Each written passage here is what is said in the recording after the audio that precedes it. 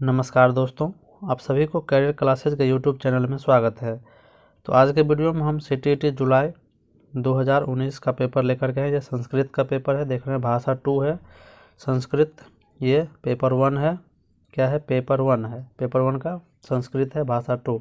इस पर हम चर्चा कर चुके हैं और इसमें हम जो है अधोलिखित और पठित गाद्यांश पर हम चर्चा कर चुके हैं कि किस तरह से गाद्यांश बनाना है, इसको हल किस तरह से करना है, इस सब पर हम चर्चा कर चुके हैं। उसका लिंक हम डिस्क्रिप्शन में दे देंगे। तो आज के वीडियो में हम संस्कृत के पैडागोजी पर हम चर्चा करेंगे। जितने भी 15 पैडागोजी है उस पर हम चर्चा करेंगे, समझ गए। तो एकदम पैडागोजी को ध्यान से पढ़िए, साथ में ट्रिक के माध्यम से हम बताते चलेंगे, क्योंकि संस्कृत को आप जब तक ट्रिक के माध्यम से नहीं बनाइएगा तब तक आपको संस्कृत जो है आप अच्छे से इसको नहीं कर पाइएगा, समझ गए। तो इसीलिए ट्रिक के माध्यम से ही बताना, क्योंकि संस्कृत सब्जेक्ट कोई रखता नहीं है, फिर भी जो है संस्कृत को सेकंड लैंग्वेज में रखता है। तो संस्कृत को सेकंड लैंग्वेज में रखने के बाद हमको बनाना है, तो किस तरह से बनाएंगे, तो इसको जो है एकदम ट्रिक के माध्यम से जैसे हम बताएंगे आपको उस तरह से बनाना है, समझ गए। तो चलिए देखते हैं आगे पैडागोजी। चलिए यहाँ से पैडागोजी 136 से पैडागोजी चालू होता है। चलिए यहाँ पर देख लीजिए, पहला क्वेश्चन है कंचिद विषयमधिकृत्य स्वतंत्रतया लेखितुं चतुर्थकक्षाया छात्रान् शिक्षकः नियोजितुं शक्नोति यदि सह विषयः संबद्धः अस्ति। यानी कि बोला जा रहा है यहाँ पर कि एक शिक्षक किसी विषय को लेकर के कक्षा 4 के छात्रों को क्या कर रहा है, स्वतंत्र पूर्वक लिखने के लिए बोल रहा है। तो ऐसे कौन सा इसमें से विषय दिया जाए जिस पे वो स्वतंत्र रूप से लिख सके। तो एक है सामाजिक समस्या के बारे में, दूसरा है राष्ट्र के बारे में, राष्ट्रीय केन, तीसरा है व्यक्तिगत जीवन है, चौथा है क्या वातावरण समस्या भी। तो इन चारों में देख लीजिए, इन चारों में ऑप्शन क्या होगा बेटर, जिसके माध्यम से बच्चा क्या करे, अपने मन की अभिव्यक्ति को लिख सके। तो वो क्या होगा कि व्यक्तिगत जीवन है, यानी कि अपने जीवन के बारे में, अपने बारे में अगर वो बच्चे को बोले लिखने के लिए तो वो क्या करेगा, स्वतंत्र रूप से उसको लिख सकेगा। तो इसमें क्या हो जाएगा ऑप्शन व्यक्तिगत जीवनेन, समझ गए। सामाजिक समस्या, राष्ट्र समस्या और वातावरण के बारे में समस्या, इस सब पर बच्चा को क्या होगा, चौथे के बच्चा को तो लिखने में कठिनाई होगा, लेकिन अपने बारे में अगर लिखने के लिए बोले तो वो स्वतंत्र रूप से क्या करेगा, लिख सकेगा, समझ गए। चलिए 137 नंबर क्वेश्चन देख लीजिए। 137 में है अनौपचारिक माध्ययन, क्या है अनौपचारिक माध्ययन कस्याश्चिद भाषायाः अधिगमार्थम अधोलिखितेषु कस्य समावेशः अस्ति। समझ गए। बोले अनौपचारिक माध्यम इसमें से कौन सा है जिसके माध्यम से हम क्या कर सकते हैं, भाषा मतलब अनौपचारिक माध्यम से हम भाषा कहाँ पे सीखते हैं। इसमें से बोल रहा है इस चारों में से हम कहाँ पर अनौपचारिक माध्यम से भाषा सीखते हैं। तो सबसे पहले आप जो है अनौपचारिक और औपचारिक सीखिए कि अनौपचारिक क्या है और औपचारिक शिक्षा क्या है। तो अनौपचारिक शिक्षा वो होता है जिसका पाठ्यक्रम निर्धारित नहीं रहता है, जिसका समय निर्धारित नहीं रहता, समझ गए, इसका पाठ्यक्रम निर्धारित नहीं रहता है। लेकिन औपचारिक शिक्षा जो रहता है उसका समय निर्धारित रहता है, पाठ्यक्रम निर्धारित रहता है, समझ गए। औपचारिक शिक्षा हम कॉलेज में, स्कूल में, विश्वविद्यालय में, अपने विद्यालय में प्राप्त करते हैं, समझ गए। लेकिन अनौपचारिक शिक्षा जो है हम कहीं पे भी प्राप्त कर सकते हैं, जैसे समाचार पत्र के द्वारा, जनसंचार माध्यम से, परिवार के द्वारा, संपर्क जितने भी कार्यक्रम है उसके द्वारा, मतलब संगी साथी के द्वारा, आस पड़ोस में हम अनौपचारिक रूप से भाषा सीखते हैं। तो आप देखिए ऑप्शन में भाषा प्रयोगशाला में क्या होगा, एकदम कुछ क्रम में सिखाया जाएगा भाषा, इसका मतलब पाठ्यक्रम हुआ, इसका समय निर्धारित रहेगा। 3 में देख लीजिए भाषा प्रशिक्षण केंद्र, इसमें भी औपचारिक साधन होगा भाषा का, विद्यालय औपचारिक साधन है, लेकिन गृह परिवेश जो है, गृह परिवेश से जो है ये क्या है, हमारा अनौपचारिक साधन है भाषा सीखने का, समझ गए। तो इसका ऑप्शन क्या हो जाएगा 2 नंबर। चलिए 38 नंबर देख लीजिए। बोल रहा है पूर्व पठिताया, यानी कि पहले पढ़े गए, कथन यानी कि कथाया समझिए कहानी, पूर्व पठिताया कथाया पुनः कथनार्थम छात्रेभ्यः निर्देश शिक्षक, यानी कि पूर्व मतलब पहले पढ़े गए कथा को यानी पुनः कथनार्थम, यानी कि छात्र को निर्देश दिया जा रहा है शिक्षक के द्वारा कि पहले पढ़े गए कहानी को तुम फिर से पढ़ो। तो इसमें शिक्षक जो है क्या आकलन कर रहा है बच्चों से, स्मृति का यानी कि उसकी जो है याद करने की शक्ति का आकलन तो नहीं कर रहा है, उच्चारण का आकलन नहीं कर रहा है, वर्तनी का नहीं कर रहा है, उसके अवबोध का आकलन कर रहा है कि यानी कि अवबोध का मतलब कि बच्चा कितना ज्ञान को समझ पाया है। समझ गए? अवबोध मतलब ज्ञान को कितना तक वो उस चीज़ को समझ पाया है। समझ गए? तो अवबोध इसमें हो जाएगा। क्या हो जाएगा? अवबोधन। वैसे भी ऑप्शन में जहाँ पे आपको बोध मिले, बोधस्य मिले, बोधपूर्वक मिले, तो ये वाला उत्तर क्या होता है। समझ गए? बोध, बोधस्य और बोधपूर्वक वाला उत्तर होता है।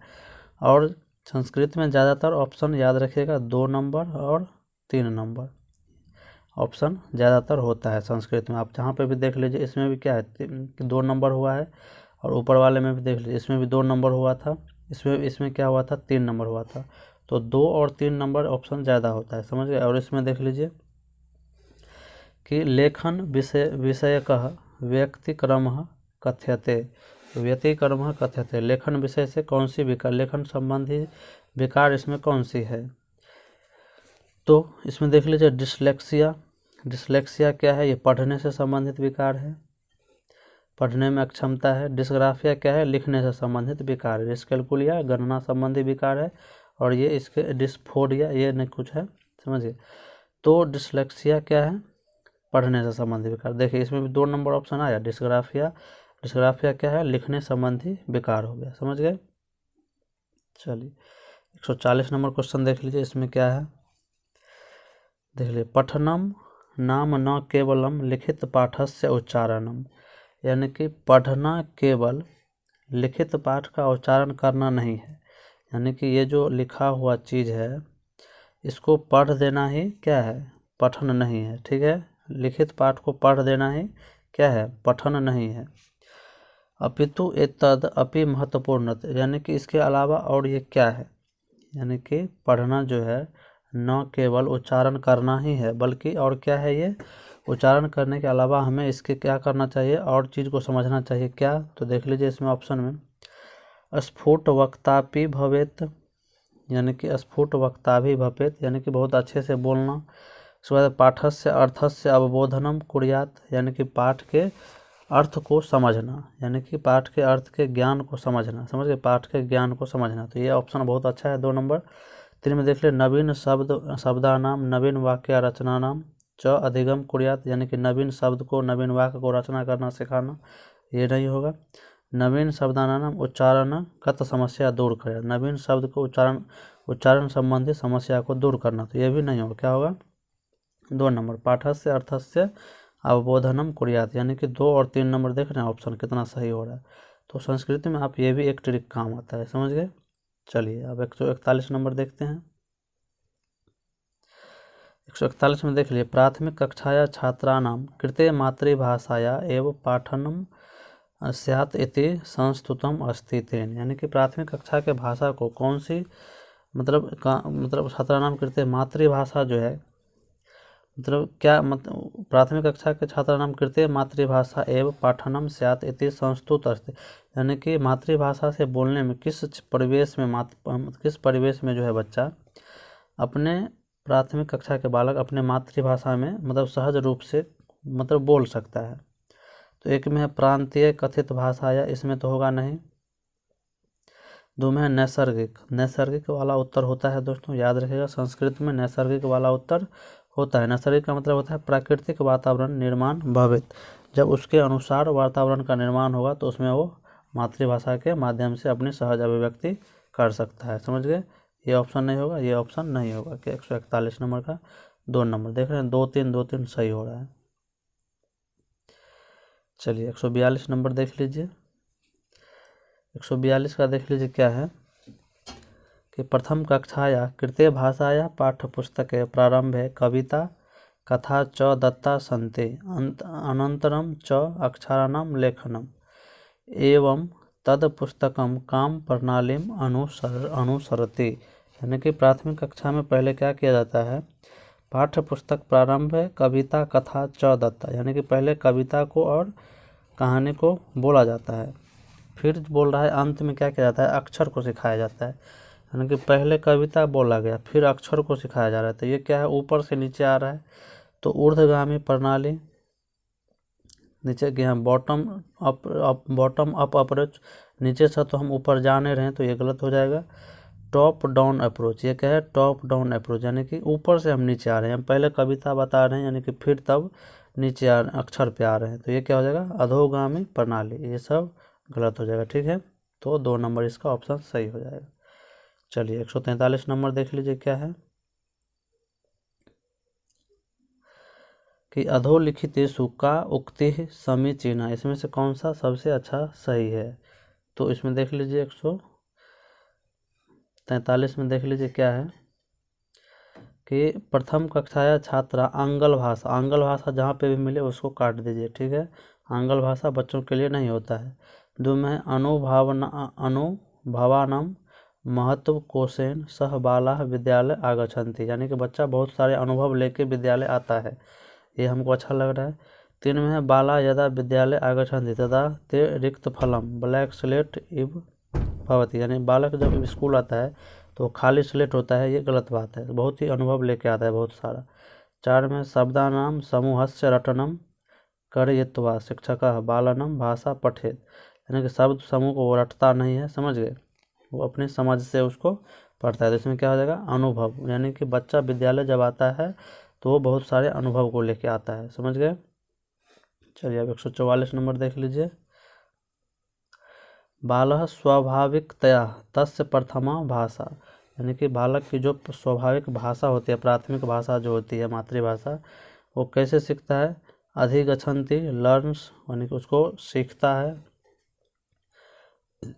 इमेटिज, यानी कि अनुकरति, यानी अनुकरण के माध्यम से सीखता है। तीसरा है अधिग्रहण करोति, चौथा है पुनर्बलन करोति, ये नहीं होगा। ये सब बच्चा शुरुआत में भाषा जो सीखता है वो क्या होता है, अनुकरण के माध्यम से सीखता है, समझ गए। तो इसमें क्या हो जाएगा, अनुकरण, अधिगम नहीं करता है, वो क्या करता है, अनुकरण करता है शुरुआत में बच्चा। यहाँ पे बोला है प्रथम भाषा, यानी कि अपनी मातृभाषा को क्या करता है, अनुकरण के माध्यम से सीखता है, अधिगम नहीं करता है उसका, ठीक है। उसको अर्जन करता है, अर्जन क्या होता है, स्वाभाविक होता है, समझ गए। चलिए 45 नंबर देख लीजिए क्या है, अधोलिखितेषु किम गृह्यात्मक कौशलम अस्ति, यानी ग्रहण करने वाला। एक होता है अभिव्यक्तात्मक, क्या होता है, अभिव्यक्तात्मक, और दूसरा है ग्रह्यात्मक कौशल। तो ग्रह्यात्मक में हम क्या करते हैं, कोई चीज़ ग्रहण करते हैं, यानी कि अपने अंदर लेते हैं, तो सुन करके लेते हैं, अपने अंदर ग्रहण करते हैं। और दूसरा किस चीज़ के माध्यम से, एक तो सुन करके हम ग्रहण करते हैं, और दूसरा किस चीज़ के माध्यम से हम ग्रहण करते हैं, तो पढ़ के ग्रहण करते हैं। एक तो सुन के और एक पढ़ के ग्रहण करते हैं। और अभिव्यक्ति किसके माध्यम से करते हैं, एक तो बोल के हम किसी को सामने कोई चीज़ अभिव्यक्त कर पाते हैं, और जो है लिख के अभिव्यक्त कर पाते हैं, यानी कि अपनी बात को हम लिख के अभिव्यक्त कर पाते हैं। तो ग्रह्यात्मक में हो जाएगा क्या, सुनना और पढ़ना। तो 2 में देख लीजिए श्रवण पठनम च है, समझ गए। और अभिव्यक्तात्मक आपसे पूछ दे तो क्या लिखेगा, मतलब अभिव्यक्तात्मक में क्या हो जाएगा, यानी कि लेखन और क्या हो जाएगा, यानी कि अभिव्यक्त आप किस चीज़ से, बोल करके और लिख करके, तो क्या हो जाएगा, लेखन और, यानी कि मतलब बोलना, लिखना और बोलना क्या हो जाएगा, अभिव्यक्तात्मक कौशल, समझ गए। इसमें क्या नंबर ऑप्शन हो जाएगा, तो श्रवण और पठनम च, ठीक है। चलिए 146 नंबर क्वेश्चन देख लीजिए क्या है कि शिक्षिका विशेष विषय व्याख्यानम करोति, किसी विशेष विषय पर व्याख्या कर रही है, सा तदा सार्वन् छात्रान् प्रत्येक न्यूनातिन यूनम एकम स्वगुणम वर्णयितु निर्दिशयति अनंतरम च तस्य लक्षणम ददाति अयम विधि कथ्यते, यानी कि शिक्षिका क्या कर रही है, विषय व्याख्या पहले कर रही है, क्या कर रही है, व्याख्या। सा तदा सर्वानाम छात्राणाम प्रत्येकम न्यूनातिन्यूनम एकम स्वगुणम वर्णयितु निर्दिशन्ति अंतरम च तस्य लक्षणम ददाति, लास्ट में लक्षण को बताती है और पहले उदाहरण समझिए देती है, तो कौन सा होगा, तो इसमें कौन सा हो जाएगा,